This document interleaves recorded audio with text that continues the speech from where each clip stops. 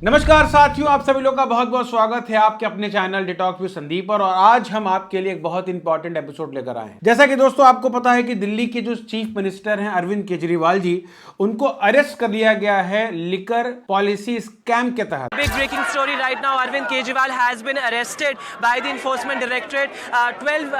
12-member team is currently inside what we are. उनके arrest होने के बाद से ही पूरे देश में अलग अलग प्रकार की प्रतिक्रियाएं आ रही हैं। कुछ लोगों का ऐसा कहना है कि भैया अगर ईडी जो है वो हाई कोर्ट के सुपरविजन के अंदर सबूतों को लेकर अगर आपसे पूछताछ कर रही है, अगर आपको बार बार समन दे रही है, अगर आप बार बार जाएंगे नहीं तो आपको अरेस्ट किया जाएगा। Mr. Kejriwal had skipped the Central Probe Agency's summon 9 times. इसमें क्या बुरी बात है? आप कानून से ऊपर तो नहीं है, भले ही आप मुख्यमंत्री क्यों ना हो। दूसरी तरफ कुछ ऐसे लोग हैं, उनका ऐसा मानना है ईडी और सीबीआई का ये जो कार्यवाही जो की जा रही है आजकल अपोजिशन लीडर्स के ऊपर और खासकर केजरीवाल के ऊपर, जो ये ईडी की जो कार्रवाई की गई है वो खास तरीके से अपोजिशन को कमजोर करने के लिए ईडी और सीबीआई को एक वेपन की तरीके से इस्तेमाल किया जा रहा है ताकि अपोजिशन को कमजोर किया जा सके। और समाज में, भारत में आज के डेट में डेमोक्रेसी खत्म हो चुकी है और डिक्टेटरशिप आ चुका है। तो दोस्तों ये दो प्रकार की मुख्यतः बातें हो रही हैं और आज हम इन्हीं मुद्दों के ऊपर डिटेल में चर्चा करेंगे। हमारा पहला टॉपिक ऑफ डिस्कशन ये है दोस्तों कि क्या ईडी और सीबीआई का गलत तरीके से इस्तेमाल वास्तव में किया जा रहा है। दूसरा, क्या भारत में अब डेमोक्रेसी खत्म हो चुकी है और डिक्टेटरशिप आ चुका है। इन दोनों मुद्दों के ऊपर हम आपके साथ चर्चा करने वाले हैं। सबसे पहले दोस्तों हम केस को समझते हैं कि केस क्या है। 17 नवंबर 2021 को दिल्ली में एक न्यू लिकर पॉलिसी को इंप्लीमेंट किया गया। इस पॉलिसी के तहत से दोस्तों अब से सरकार शराब के खरीद और फरोख्त में अब इन्वॉल्व नहीं रहने वाली है। अब इसमें प्राइवेट कंपनियां कूद चुकी हैं, मतलब अब पूरी तरीके से प्राइवेटाइजेशन किया जा चुका है। इस पॉलिसी को लागू करने के पीछे लॉजिक ये दिया गया कि इसके माध्यम से अब हम राजस्व जो है, जो राजस्व कर है, उसको हम बढ़ाएंगे और सरकार को काफी ज्यादा फायदा होगा। दिल्ली के जो सचिव हैं उन्होंने ऐसा पाया है कि इस न्यू लिकर पॉलिसी की वजह से दिल्ली सरकार को करीब 580 करोड़ का नुकसान हुआ। उन्होंने ये भी पाया कि जो नई पॉलिसी है वो बिना एलजी के अप्रूवल के इस पॉलिसी को इंप्लीमेंट किया गया।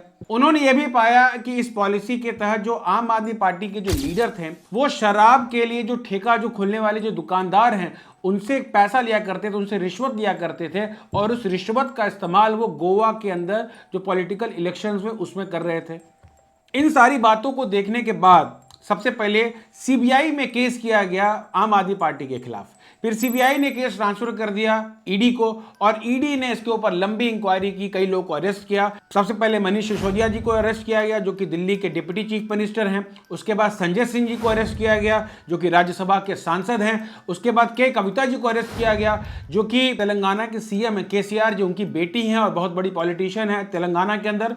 और उसके बाद कई बार समन जारी किया गया अरविंद केजरीवाल जी के खिलाफ और लगातार 9 समन पर अब्सेंट रहने के बाद फिर उन्होंने केजरीवाल जी को भी अरेस्ट करने का प्रयास किया। केजरीवाल हालांकि जो हाई कोर्ट के पास जाते हैं राहत लेने के लिए, बट हाई कोर्ट जो है उनको किसी प्रकार की राहत देने से मना कर देता है और उनको ईडी के पास इंट्रोगेशन के लिए भेज दिया जाता है। यह है दोस्तों इस प्रकार का केस।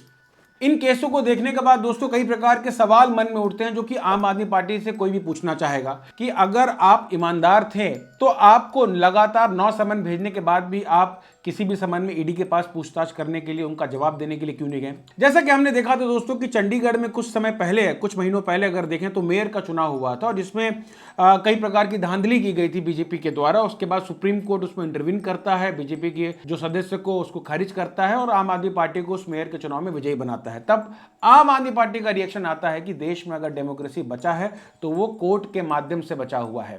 पर आज अगर यही हाई कोर्ट ईडी के फैसले पर मुहर लगाती है और अरविंद केजरीवाल जी को जब राहत नहीं देती तो वो लोग कह देते हैं कि डेमोक्रेसी खतरे में है और डिक्टेटरशिप आ चुका है। पॉइंट ये है कि स्टैंड क्लियर करने की आवश्यकता है।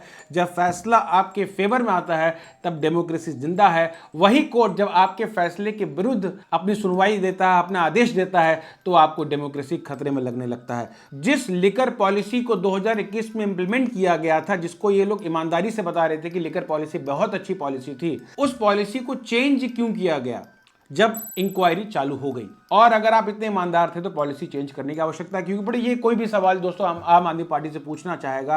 पर आम आदमी पार्टी के जो कार्यकर्ता हैं, जो उनके लीडर हैं, वो बार बार एक ही बात कह रहे हैं कि बीजेपी जो है वो ईडी और सीबीआई का इस्तेमाल जो है वो उनको तोड़ने के लिए और अपोजिशन को कमजोर करने के लिए कर रही है। हालांकि देखा जाए दोस्तों तो उनके इस क्लेम में कोई बुराई नहीं है। अगर हम ध्यान से अगर बीजेपी की एक्टिविटी को देखें तो हमें ऐसा लगता है कि भाई बीजेपी जानबूझ के ईडी और सीबीआई का वन साइडेड इस्तेमाल कर रही है। कुछ आंकड़े आपके सामने प्रस्तुत करना चाहूंगा दोस्तों। एक पिटीशन फाइल की गई दोस्तों 14 अपोजिशन पार्टी के द्वारा सुप्रीम कोर्ट में, जिसमें बताया गया है कि किस तरीके से ईडी और सीबीआई का गलत इस्तेमाल किया जा रहा है। डाटा प्रस्तुत किया गया कि जब यूपीए की सरकार थी, मतलब कांग्रेस गठबंधन की सरकार थी 2004 से 2014 के बीच में, तो 26 पॉलिटिकल लीडर को ईडी के द्वारा पूछताछ करने के लिए उठाया जाता है, उनको अरेस्ट किया जाता है, जिसमें से 53% मतलब कि 14 लोग अपोजिशन पार्टी के हैं। पर अभी जो 2014 के बाद से जो ईडी की जो कार्यवाही है उसको अगर चेक किया जाता है तो उसमें पाया जाता है कि 121 पॉलिटिकल लीडर जिनके ऊपर ईडी का जो कार्यवाही होता है उसमें से 115 लोग अपोजिशन से, मतलब 95% जो ईडी की जो इंक्वायरी हो रही है मौजूदा सरकार में वो अपोजिशन के लीडर्स को टारगेट किया जा रहा है। उसी प्रकार से अगर सीबीआई के इंक्वायरी का अगर जो डाटा निकाला जाए तो पता चलता है कि 60% जो पॉलिटिकल लीडर जिनके ऊपर 2004 से 2014 के बीच में जो इंक्वायरी किया गया था वो जो है वो अपोजिशन से थे। बट 2014 से लेकर 2024 के बीच में जो सीबीआई के द्वारा इंक्वायरी की गई है वो 95% अपोजिशन के लीडर के ऊपर की गई है। इकोनॉमिक टाइम्स ने एक आर्टिकल और एक रिपोर्ट पब्लिश किया है दोस्तों। उस रिपोर्ट में उन्होंने बताया है कि करीब 41 कंपनी जिनके ऊपर ईडी और सीबीआई की जब रेड पड़ती है वो करीब 2471 करोड़ रुपीस इलेक्ट्रॉल बॉन्ड के माध्यम से बीजेपी के खाते में जमा करती हैं। 1698 करोड़ रुपीस तो दोस्तों रेड पड़ने के बाद इन कंपनीज के द्वारा बीजेपी के खाते में जमा किया गया। तो दोस्तों हमें साफ साफ दिख रहा है कि किस प्रकार से ईडी और सीबीआई का इस्तेमाल जो है फंड लेने के लिए, अपोजिशन को तोड़ने के लिए किया जा रहा है, जैसा अपोजिशन पार्टी बार बार उनके ऊपर आरोप भी लगा रही है। जैसा कि मोदी जी का जो एक बड़ा ही फेमस डायलॉग भी है कि ना तो खाऊंगा ना तो खाने दूंगा, और मेरा तो मंत्र है न खाऊंगा न खाने दूंगा। अगर करप्शन बीजेपी का मेन एजेंडा है, जैसा कि वो बार बार अपने भाषणों में और इलेक्शन मैनिफेस्टो में बार बार बताते हैं, तो कई ऐसे बीजेपी पार्टी के जो लीडर्स हैं या उनके जो अलायंस में रहने वाले जो लीडर्स हैं, फॉर एग्जांपल अगर मैं आपको नाम गिनाऊं, अजीत पवार जी हैं जिनका नाम जो है इरिगेशन घोटाले के अंदर आता है, प्रफुल्ल पटेल जो एविएशन घोटाले में जिनका नाम आता है, छगन भुजबल जी का नाम जो है महाराष्ट्र के सदन घोटाले में उनका नाम आता है, हसन मुशर्रफ जिनका नाम शुगर मिल घोटाले में जिनका नाम आता है, नारायण राणे हाउसिंग घोटाले में जिनका नाम आता है, शारदा स्कैम में जिनका हमारे आसाम के जो चीफ मिनिस्टर हिमंता बिश्व शर्मा जी का नाम आता है, और शुभेंदु अधिकारी जी का नाम जो है नारदा स्टिंग ऑपरेशन के अंदर आता है। इन सारे पॉलिटिशियन के ऊपर ईडी सीबीआई की रेड कब पड़ेगी और क्यों नहीं पड़ रही है, अगर करप्शन बीजेपी का मेन एजेंडा है? ये भी सवाल दोस्तों बार बार उठाया जा रहा है। और ये सारी बातें देखने से दोस्तों हमें लगता है कि बीजेपी जो ईडी सीबीआई का जो इस्तेमाल है वो वन साइडेड तरीके से कर रही है, इसमें कोई दो राय नहीं है। एक और इंपॉर्टेंट सवाल इसके बाद उठता है दोस्तों कि क्या ये जो हमारे आज़ाद भारत के इतिहास में ऐसा पहली बार हो रहा है कि जब ईडी सीबीआई या गवर्नमेंट मशीनरी का एक तरफा इस्तेमाल किया जा रहा है, या इससे पहले भी हो चुका है? ईडी सीबीआई के मिसयूज का इतिहास क्या है?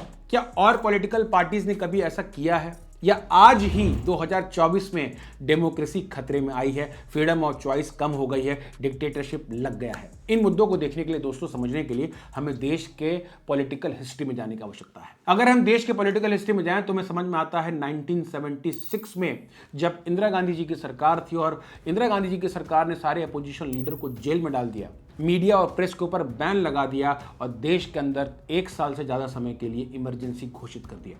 ये हमारे देश का दोस्तों सबसे बड़ा ड्रैकोनियन, सबसे बड़ा डिक्टेटर एक एग्जाम्पल है दोस्तों। उसी प्रकार से दोस्तों अगर हम राजीव गांधी जी की सरकार में जब जाते हैं तो हमें वहां पर शाह बानो जी का एक केस मिलता है, जिसमें वो आदरणीय सुप्रीम कोर्ट ये निर्णय देता है कि शाह बानो जी को ट्रिपल तलाक से राहत दी जाए और उनको मुआवजे की राशि दी जाए। पर अपीजमेंट की पॉलिटिक्स को करने के लिए सुप्रीम कोर्ट के डिसीजन को राजीव गांधी की सरकार जो है कॉन्स्टिट्यूशन में नया लॉ बना के सुप्रीम कोर्ट के फैसले को बदल देती है। ये भी एक गवर्नमेंट मशीनरी का मिसयूज करने का बहुत बड़ा एग्जाम्पल सामने नजर आता है। इंदिरा गांधी जी की जब हत्या हो गई दोस्तों, उसके बाद से जब हमें पता है कि 1984 में किस प्रकार से दिल्ली में सिख दंगे हो गए थे, पूरे दिल्ली में दंगे हो रहे थे, कई रिपोर्ट का ऐसा पाया गया है दोस्तों कि किस प्रकार से राजीव गांधी की सरकार कई दिनों तक चुप रही, किसी भी पुलिस को या आर्मी को नहीं बुलाया गया और हजारों सिखों को टायर बांध कर जबरदस्ती जलाया गया। ये भी एक गवर्नमेंट पावर का मिसयूज करने का एक बहुत बड़ा एग्जाम्पल हमारे देश के पॉलिटिकल हिस्ट्री में निकल कर आता है। अगर आपको याद हो कि गुजरात में इशरत जहां का एक फेक इनकाउंटर हुआ था दोस्तों, उसके बाद जो सीबीआई के डायरेक्टर हैं उनका एक ओपन स्टेटमेंट है कि किस प्रकार से यूपीए की जो सरकार थी वो उनके ऊपर लगातार प्रेशर बना रही थी कि इसमें अमित शाह और नरेंद्र मोदी को जबरदस्ती फंसाया जाए। कहने का मतलब है दोस्तों कि जो कांग्रेस पार्टी आज फ्रीडम ऑफ स्पीच के लिए रो रही है, समाज में डिक्टेटरशिप बढ़ गया है, डेमोक्रेसी खत्म हो गई है, तो what they are doing when they are in power, ये भी सवाल उनके ऊपर पूछा जाना चाहिए। और भी पॉलिटिकल पार्टी को अगर हम एनालाइज करें, फॉर एग्जांपल अगर हम आम आदमी पार्टी को एनालाइज करते हैं, आम आदमी पार्टी दिल्ली में कई सालों से सत्ता में है, अभी इनकी नई सरकार पंजाब में भी बनी है। आज ये लोग रोना रो रहे हैं कि हमें दबाया जा रहा है, हमें कुचला जा रहा है, हमारी वॉइस को सप्रेस किया जा रहा है, गवर्नमेंट अपने मशीनरी का इस्तेमाल हमारे ऊपर कर रही है। बट अगर हम इनकी बात करें तो ये भी कुछ दूध के धुले नहीं। फॉर एग्जाम्पल, जैसा कि आपको पता है कि कुमार विश्वास जी पहले आम आदमी पार्टी में थे, फिर ये अलग हो गए। अलग होने के बाद से अरविंद केजरीवाल और आम आदमी पार्टी के ऊपर लगातार प्रश्न उठाते रहते हैं। अभी हमने दोस्तों बीते दिनों देखा था कि किस प्रकार से जो पंजाब की जो पुलिस है वो कुमार विश्वास के घर पर जाती है और उनको वहां पर टॉर्चर करने का प्रयास करती है। हमने देखा था कि किस प्रकार से एक बीजेपी के लीडर है जिनका नाम तजेंद्र सिंह बग्गा है, जो कि दिल्ली के हैं, और उन्होंने केजरीवाल जी के खिलाफ कई प्रकार का स्पीच दिया था, उनको एक्सपोज करने का प्रयास किया था। उसके बाद से पंजाब की पुलिस दिल्ली आती है, उनको अरेस्ट करती है, और फिर बाद में हरियाणा में जहां पे बीजेपी की सरकार है, हरियाणा की पुलिस जो है वो पंजाब पुलिस को अरेस्ट कर लेती है। तो दो स्टेट की पुलिस वो किस प्रकार से अपने पॉलिटिकल यूज कर रही है एक दूसरे को अरेस्ट करने में, ये भी हमने देखा था आम आदमी के पार्टी के द्वारा। अरविंद केजरीवाल जी को फिर यह भी आरोप लग रहा है कि जो ईडी के जो ऑफिसर्स हैं वो उनकी जासूसी करवा रहे थे, उनकी कई खुफिया खबरें वो अपने बंगले में उनके मिली है जब उनके ऊपर छापा मारा गया। तो ये भी एक सवाल उठता है दोस्तों कि अरविंद केजरीवाल जी जो आज कह रहे हैं कि हमारा दुरुपयोग किया जा रहा है, वो खुद ईडी के ऑफिसर्स की मुखबरी करा रहे हैं, उनकी जासूसी करा रहे हैं। उसी प्रकार से जम्मू के एक यूट्यूबर थे, वो एक स्टिंग ऑपरेशन करते हैं लवली प्रोफेशनल यूनिवर्सिटी में और दिखाते हैं कि किस प्रकार से कई प्रकार की कमियां हैं पंजाब सरकार में। तो पंजाब सरकार को चाहिए था कि उन कमियों को ठीक करे, बट पंजाब सरकार जो है उस यूट्यूबर को अरेस्ट करने के लिए जम्मू चली जाती है। तो ये सारे उदाहरण दोस्तों में बताती है कि किस प्रकार से आम आदमी पार्टी आज रो रही है, बट जब वो सरकार में थे तो वो भी सरकारी तंत्र का बहुत बड़ा दुरुपयोग कर ही रहे थे दोस्तों। और ये बीजेपी कांग्रेस की बात नहीं है या आम आदमी पार्टी की बात नहीं, लगभग हर पॉलिटिकल बात की जाए तो यही है कि जब वो सत्ता में रहते हैं तो दुरुपयोग करते ही करते हैं, पर बाद में सभी लोग democracy, social justice, social equality के ऊपर बड़ी बड़ी बातें करते हैं। अगर हम आपको उत्तर प्रदेश में ले चले तो उत्तर प्रदेश में दोस्तों एक IPS ऑफिसर थे जिनका नाम था अमिताभ ठाकुर। उन्होंने मुलायम सिंह के ऊपर एक FIR किया था और बाद में जब समाजवादी पार्टी की जब सरकार आई तो अमिताभ ठाकुर को उनके पद से बेदखल कर दिया गया, उनके ऊपर कई प्रकार के आरोप लगा दिए और उनकी बहुत बड़ी मुश्किलें बढ़ गई। एक DSP था जिनका नाम था शैलेंद्र सिंह, और शैलेंद्र सिंह जी ने पहली बार मुख्तार अंसारी जो कि बहुत बड़ा माफिया है उसके ऊपर पोटा लगाया था, उसको अरेस्ट किया था। बट उनको सम्मानित करने के बजाय समाजवादी जो पार्टी की जो सरकार थी मुख्तार अंसारी के साथ मिलकर उनका जीना दुश्वार करती, उनकी नौकरी खा जाती, उनकी जान जाने की नौबत आ जाती। दोस्तों स्वाभाविक है कि 17 साल हम लोग का कीमती समय जब बर्बाद होता है ना, कोई नहीं पूछता है किस परिस्थिति में हम लोग जीते।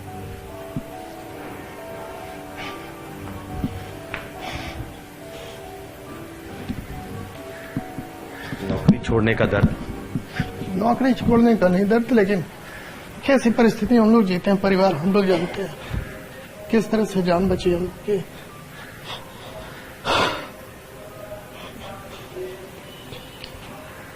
हरिशंकर जैन, विष्णु शंकर जिनको सब लोग जानते हैं कि अयोध्या राम मंदिर के अंदर जो कानूनी लड़ाई लड़ने में इन दोनों लोग की बहुत बड़ी भूमिका है। अगर आप इनके इंटरव्यू को देखें तो ये खुद ही बता रहे हैं कि किस प्रकार से मुलायम सिंह जी की सरकार में इनको सरकार के द्वारा प्रताड़ित किया जा रहा था, इनके ऊपर प्रेशर बनाया जा रहा था। तो मुलायम सरकार में जो चीफ सेक्रेटरी थे वो आपके AP सिंह साहब, ये सब हटा लो, ये सब आप रोक दीजिए, नहीं तो फिर ठीक नहीं होगा। अच्छा हाँ, तो उस समय पिताजी ने यही कहा कि ये देखिए हम तो जो काम कर रहे हो करते रहेंगे और हम इन सब चीज़ों से नहीं डरने वाले, आपकी धमकियों से। नौ साहब मैं आप बता दूँ, 2 बातें हुई थी। उन्होंने मुझे सीधा सीधा ऑफर दिया था, अच्छा, कि या तो आप हमारे आ जाइए नेताजी के साथ, मिनिस्टर बन जाइए और जो जो चाहे वो ले लीजिए, और या फिर आगे का रास्ता आप समझिए क्या हो सकता है। धमकी इस मतलब हुआ कि मतलब कुछ भी हो सकता है आपके साथ। इन सारे एग्जांपल्स को देख के हमें समझ में आता है दोस्तों कि समाजवादी पार्टी भी किस प्रकार से आज भले ही वो ट्वीट कर रही हो कि भाई लोकतंत्र खतरे में है और डिक्टेटरशिप बढ़ाया जा रहा है, बट जब वो सत्ता में थे तो वो भी इस प्रकार के सत्ता का दुरुपयोग ही कर रहे थे।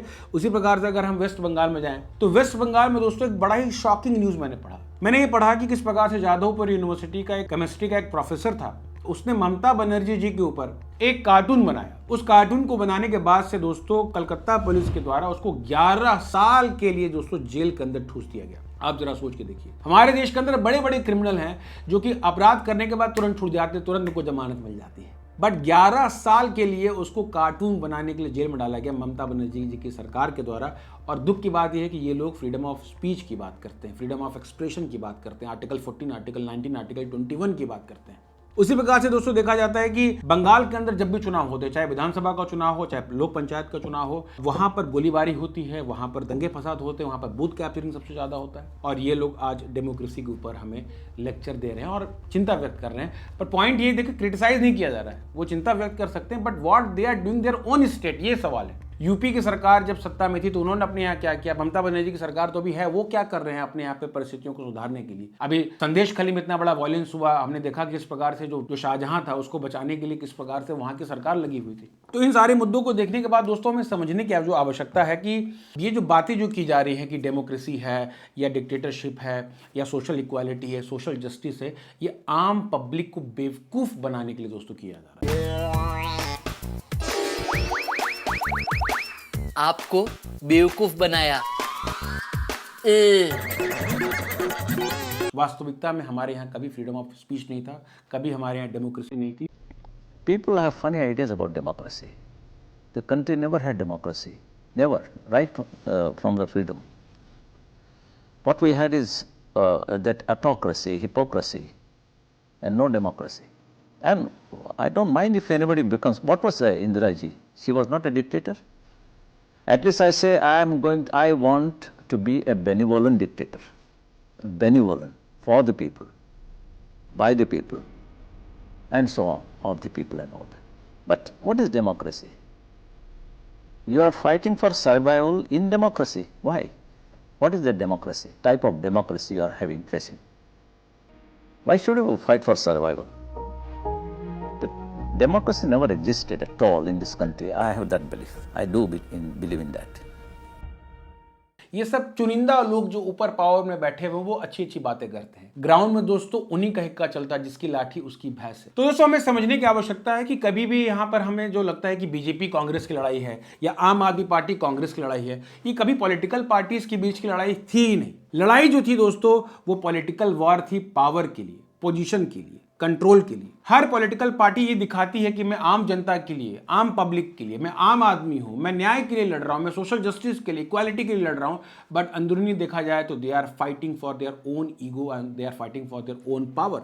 और आम लोगों को गुमराह किया जाता है कि नहीं नहीं डेमोक्रेसी है, फ्रीडम ऑफ चॉइस है, एक्सप्रेशन है, ये है वो है। बट ऊपर वाले जो लोग हैं दोस्तों वो अपने चुटकियों के इशारे पर दोस्तों नीचे वाले लोगों को कभी भी घुमा सकते हैं, लॉ को चेंज कर सकते हैं, कॉन्स्टिट्यूशन को बदल सकते हैं, अमेंडमेंट्स कर सकते हैं। और आम पब्लिक बेवकूफ बन के सोचती है कि देश में तो न्याय है, देश में फ्रीडम ऑफ चॉइस है। दूसरी बात ये दोस्तों कि कई बार ऐसा देखा गया है कि जहां पर पावर के लिए कई बार जो पॉलिटिकल पार्टी जो एक दूसरे को गालियां देती हैं मिल जाती हैं, और जो मिली रहती हैं पावर के लिए अलग हो जाती है। सबसे बड़ा एग्जाम्पल बिहार में नीतीश कुमार जी को ले लीजिए, या अगर हम आम आदमी पार्टी केस की बात करें तो आम आदमी पार्टी के लिए कांग्रेस पार्टी ने कहा था कि भाई शराब घोटाले में केजरीवाल जी दोषी हैं, इनको सख्त सख्त सजा की जाए। बार बार स्टेटमेंट था जयमाकन जी का। जब 2024 में चुनाव हुए तो कांग्रेस और आम आदमी पार्टी मिल गई। तो समझने की आवश्यकता है कि आम आदमी जो है, कॉमन पब्लिक जो अपना टाइम वेस्ट करता है पॉलिटिक्स में ये वो, बट रियलिटी में हमें समझने की आवश्यकता है there is no politics. Politics में कोई दोस्त या कोई दुश्मन नहीं है। Everyone is hankering for power, everyone is hankering for his control. कई बार हमें लगता है कि बीजेपी कांग्रेस बहुत दुश्मनी है, आइडियोलॉजिकल सबसे बड़ी अपोनेंट पार्टियां हैं। बट एफसीआरए का अगर आप लॉ लाएं, जो फॉरेन फंड के मिसयूज के ऊपर जो लॉ लाया गया, हाई कोर्ट ने ऐसा पाया कि भाई बीजेपी और कांग्रेस दोनों पार्टियां जो है फॉरेन फंड का मिसयूज कर रही हैं। और एफसीआरए के ऊपर दोनों पार्टी एक दूसरे के साथ है, कोई दूसरे के खिलाफ नहीं बोलता। क्यों? अगर बीजेपी बोलेगी तो कांग्रेस जाएगी, कांग्रेस बोलेगी तो बीजेपी जाएगी। तो दोनों लोग यहाँ गठबंधन है। क्यों? क्योंकि यहाँ पर अपने सर्वाइवल की बात है। दुनिया को दिखा रहे हैं कि हम एक दूसरे लड़ रहे हैं, जान दे देंगे, वो कर देंगे। बट एफसीआरए के ऊपर बोल के दिखाई नहीं बोलेंगे। तो पॉइंट यही दोस्तों कि there is game for power hankering. हमें ये भी समझने की आवश्यकता है दोस्तों कि हम हर चीज़ के लिए देखते हैं कि ट्रेनिंग दिया जाता है, कोडिंग करना है, ट्रेनिंग देना है, आपको मैकेनिक बनना है उसके लिए ट्रेनिंग है। बट पॉलिटिकल लीडर बनने की क्या ट्रेनिंग है आपके पास? There is no training. एक एज होना चाहिए, बाहुबली होना चाहिए, आपके पास पैसा होना चाहिए और आपके अच्छे लिंक्स होने चाहिए, तो आप नेता बन जाएंगे, आप विधायक बन जाएंगे, आप सांसद बन जाएंगे। बट आपका करेक्टर कैसा है, आपका कॉन्शियसनेस कैसा है, इसके ऊपर कोई फिल्टर नहीं है, कोई आइडियोलॉजिकल फिल्टर, कोई करेक्टर वाइज फिल्टर नहीं है दोस्तों। अगर आप देखें तो 50% से ज़्यादा हमारे जो सिटिंग MPs हैं उनके ऊपर कुछ ना कुछ प्रकार के FIR हैं, उनके ऊपर क्रिमिनल चार्जेस हैं। तो इसलिए हमने देखा कि कई बार जो बड़े बड़े फिल्म इंडस्ट्रीज़ हैं, जो सेलिब्रिटीज़ हैं, वो कल को भोजपुरी गाने पे डांस कर रहे थे, इधर उधर के गाने बना रहे थे और आज जो है बड़े बड़े माननीय सांसद बने बैठे हैं दोस्तों। क्या करेंगे, नंबर का गेम है। अगर पब्लिक बेवकूफ़ है तो पब्लिक शराब के लिए, दारू के लिए, जाति के लिए, धर्म के लिए, हिंदू मुसलमान ये कर करके वोट दे देती है और कोई भी व्यक्ति जो है हमारा नेता और माननीय बन जाता है। तो ये एक बहुत बड़ा कोलैप्स है कि कोई ट्रेनिंग नहीं है। हम देखते हैं वैदिक टाइम में तो लोगों को, जो राजा थे उनको राज ऋषि कहा जाता था, because they are trained as a king and they are trained as a rishi also. But वो ट्रेनिंग आज के डेट में है नहीं, कोई सिस्टम ऐसा है नहीं, तो कोई भी व्यक्ति ऐसा जो है पॉलिटिशियन बन जाता है। अगर हम अच्छे पॉलिटिशियन की बात करें तो कर्पूरी ठाकुर, लाल बहादुर शास्त्री, श्यामा प्रसाद मुखर्जी जैसे बहुत सेल्फलेस लीडर इस देश में रहे हैं दोस्तों। बट आज की डेट में ऐसा वो वैल्यू सिस्टम, वो कल्चर, वो एजुकेशन आज की डेट में कोलैप्स है। तो we are rarely seeing a very true and honest politician. तो हमें करने की क्या आवश्यकता है? दो प्रकार के फिल्टर हैं दोस्तों। एक है दोस्तों कि कुछ लोग पॉलिटिक्स में आते हैं सेवा करने के लिए, कुछ लोग पॉलिटिक्स में आते हैं पावर के लिए। अगर जिसके अंदर सेवा भाव ज़्यादा है तो पॉलिटिक्स को टूल बना के सेवा करेगा, जिसके अंदर पावर के लिए बहुत ज़्यादा हैंकरिंग है पॉलिटिक्स को टूल बनाकर वो पावर को एक्सप्लॉइट करेगा, दूसरों को एक्सप्लॉइट करेगा। और ये प्रॉब्लम बहुत ही कॉम्प्लेक्स है। स्टूडियो में बैठकर कैमरे के सामने इसका सोल्यूशन नहीं दिया जा सकता। ग्राउंड पे एक पार्टी चलाना, एक नेशनल पार्टी को मोबिलाइज करना, इतने सारे लोगों को ऑर्गेनाइज करना, this is not an easy thing, but still according to a limited understanding, what I feel, I am suggesting to all my audience and all my viewers and hope कि आपको ये जो डिटॉक्स पर्सपेक्टिव था इस मुद्दे के ऊपर आपको अच्छा लगा होगा। और इलेक्शन तक दोस्तों इस प्रकार के कई प्रकार की पॉलिटिकल हिस्ट्री के ऊपर हम और वीडियो लाने वाले हैं, जिसमें हम इंडिया के पॉलिटिकल हिस्ट्री के ऊपर आपसे बात करने वाले हैं। उम्मीद करेंगे कि आपको आगे के एपिसोड्स भी अच्छे लगेंगे और ये एपिसोड अगर आपको अच्छा लगा हो तो इसको लाइक करें, शेयर करें और सब्सक्राइब करें हमारे चैनल को। मिलते हैं आपसे अगले एपिसोड में, तब तक के लिए थैंक यू सो मच, नमस्कार।